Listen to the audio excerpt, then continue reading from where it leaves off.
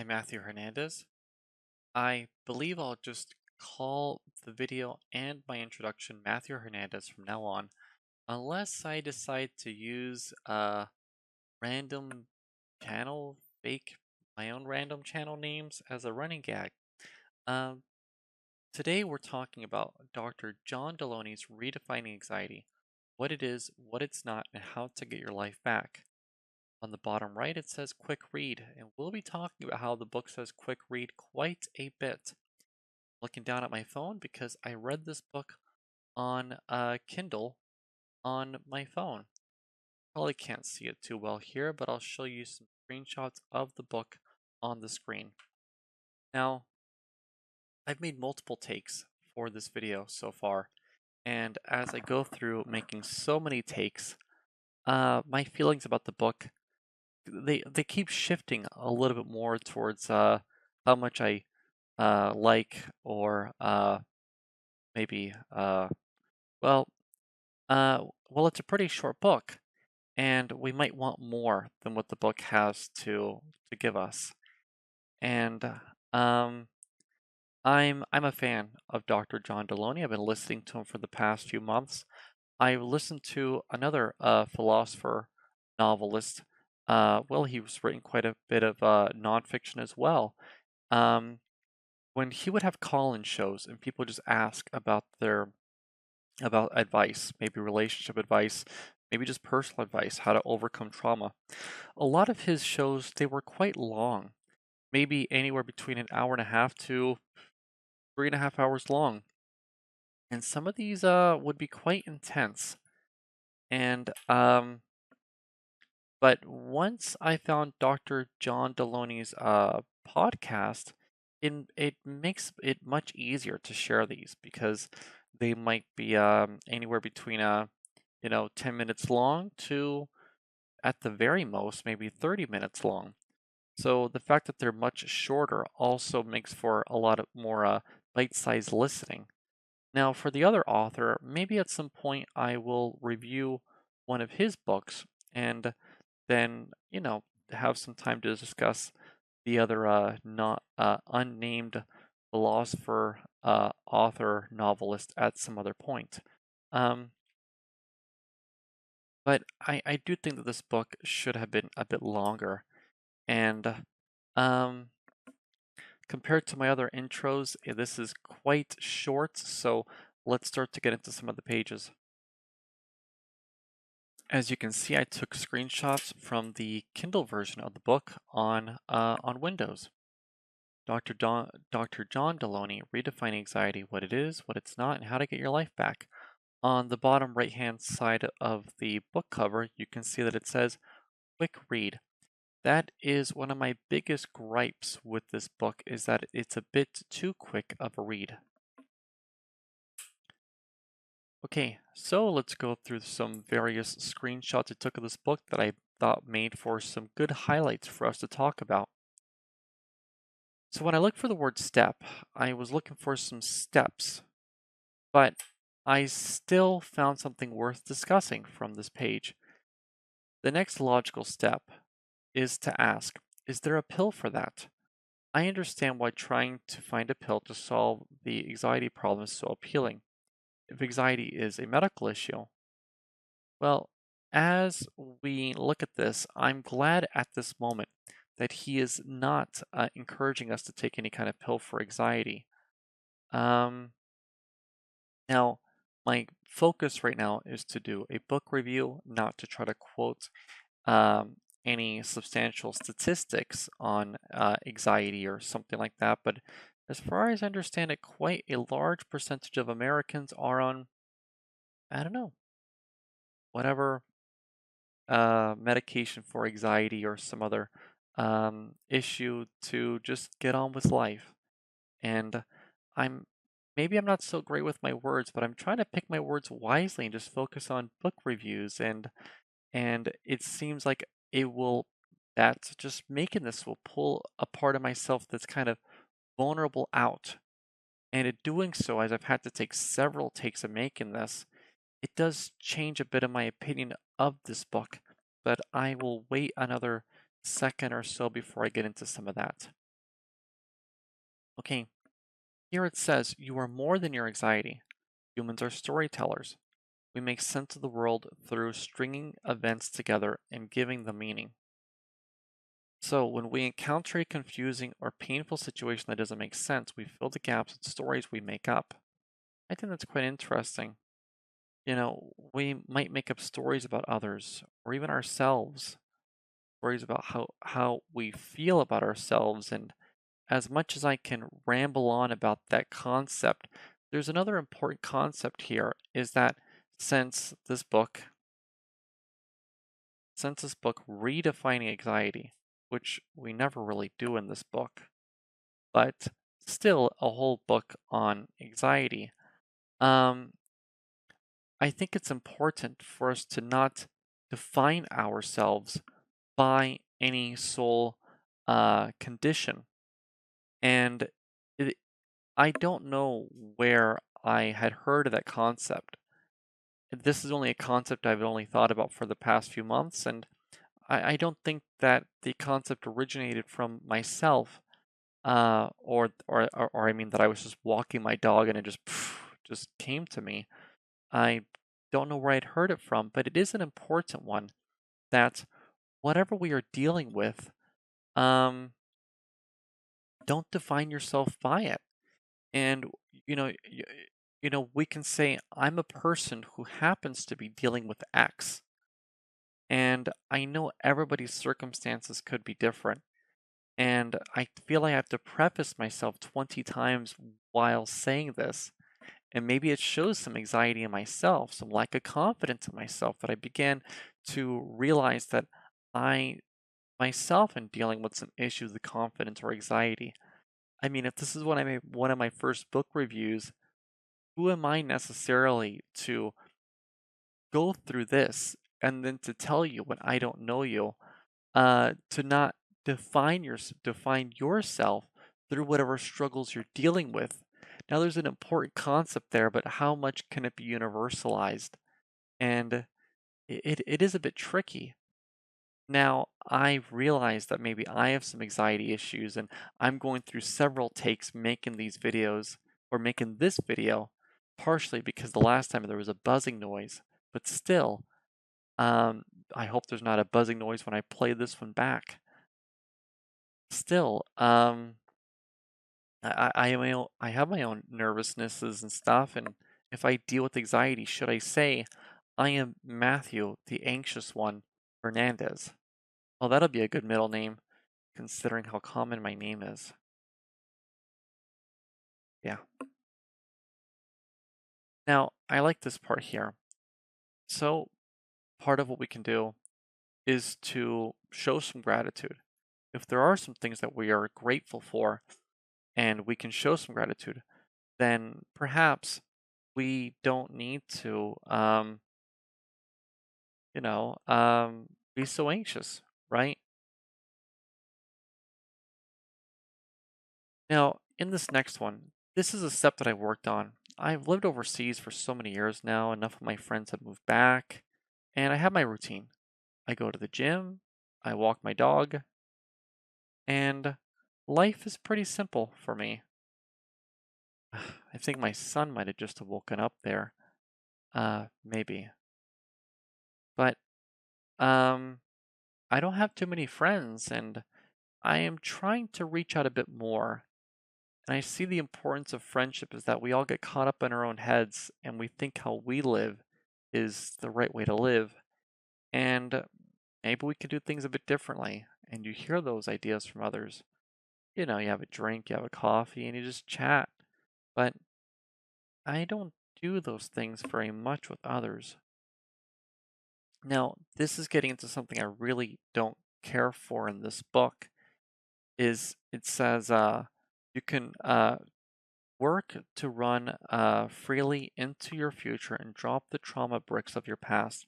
You can do that by finding a therapist, a pastor, or a group of friends who will commit to walking you through this process for the long haul. I mean, why? Why tell? But why?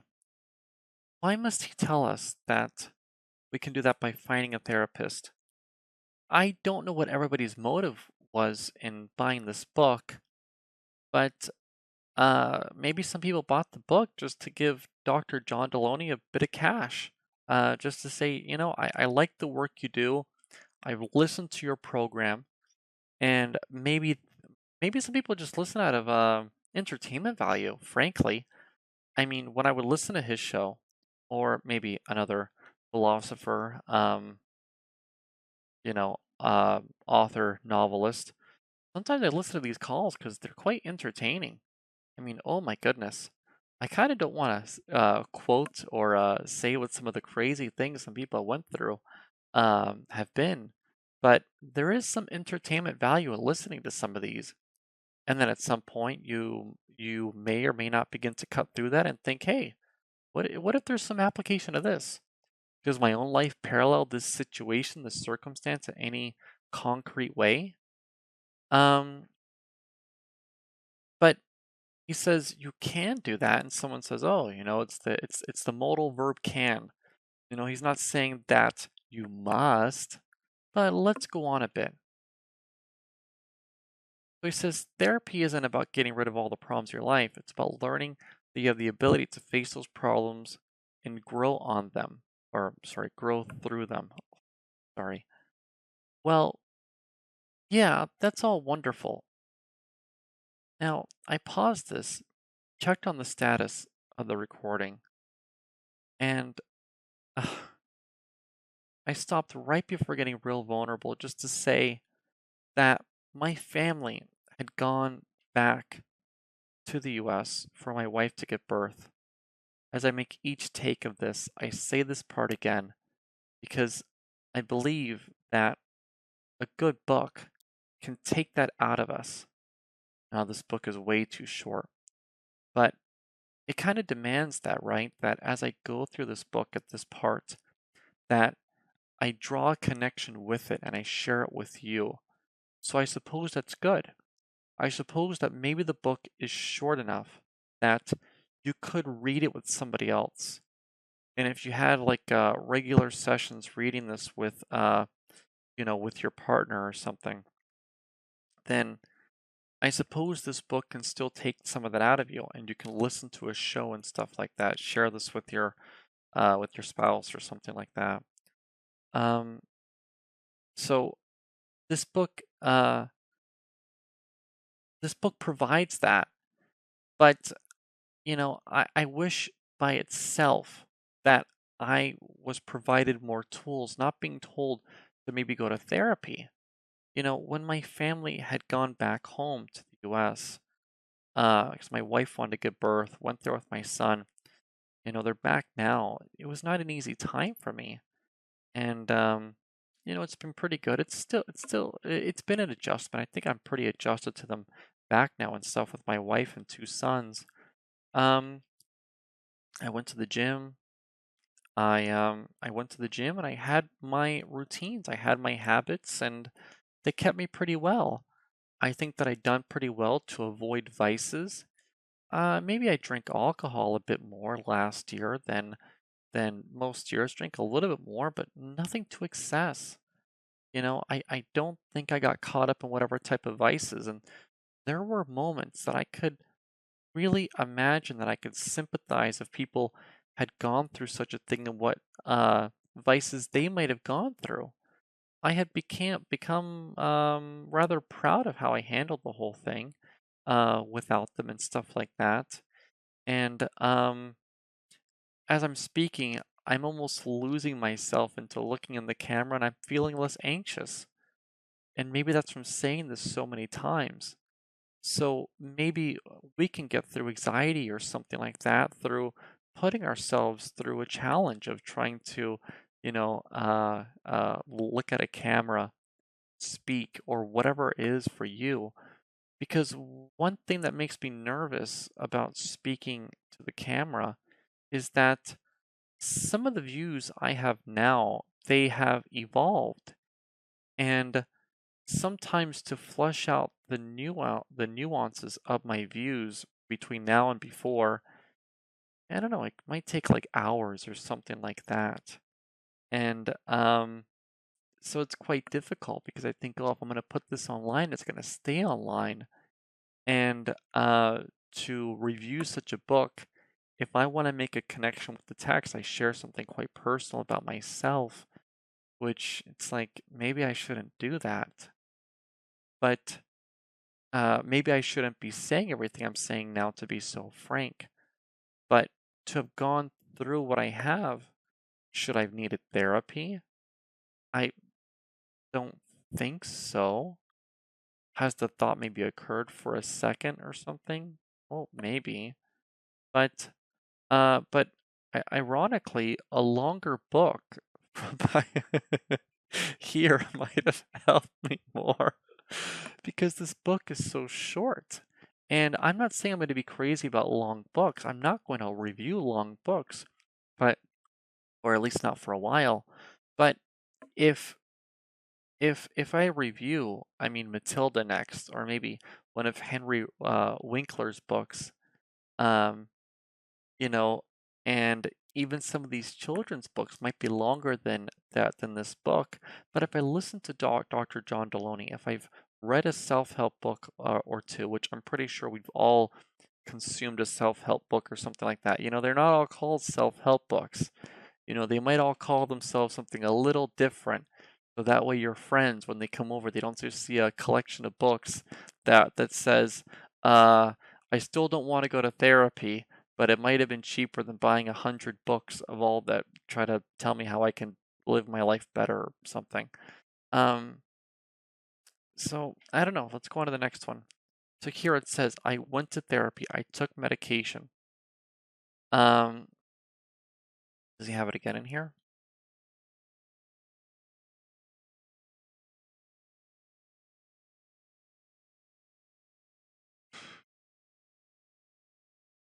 Okay, perhaps not. But still, I went to therapy, I took medication. Um, it's good that he's being a bit vulnerable, that he's telling us this. That's that's wonderful. Um, where is it? There's another spot. I saw it amongst these screenshots. Oh, here it is on the bottom here. Throughout my life, I have met with a counselor, a psychologist, a marriage and family therapist, ministers, coaches, several mentors.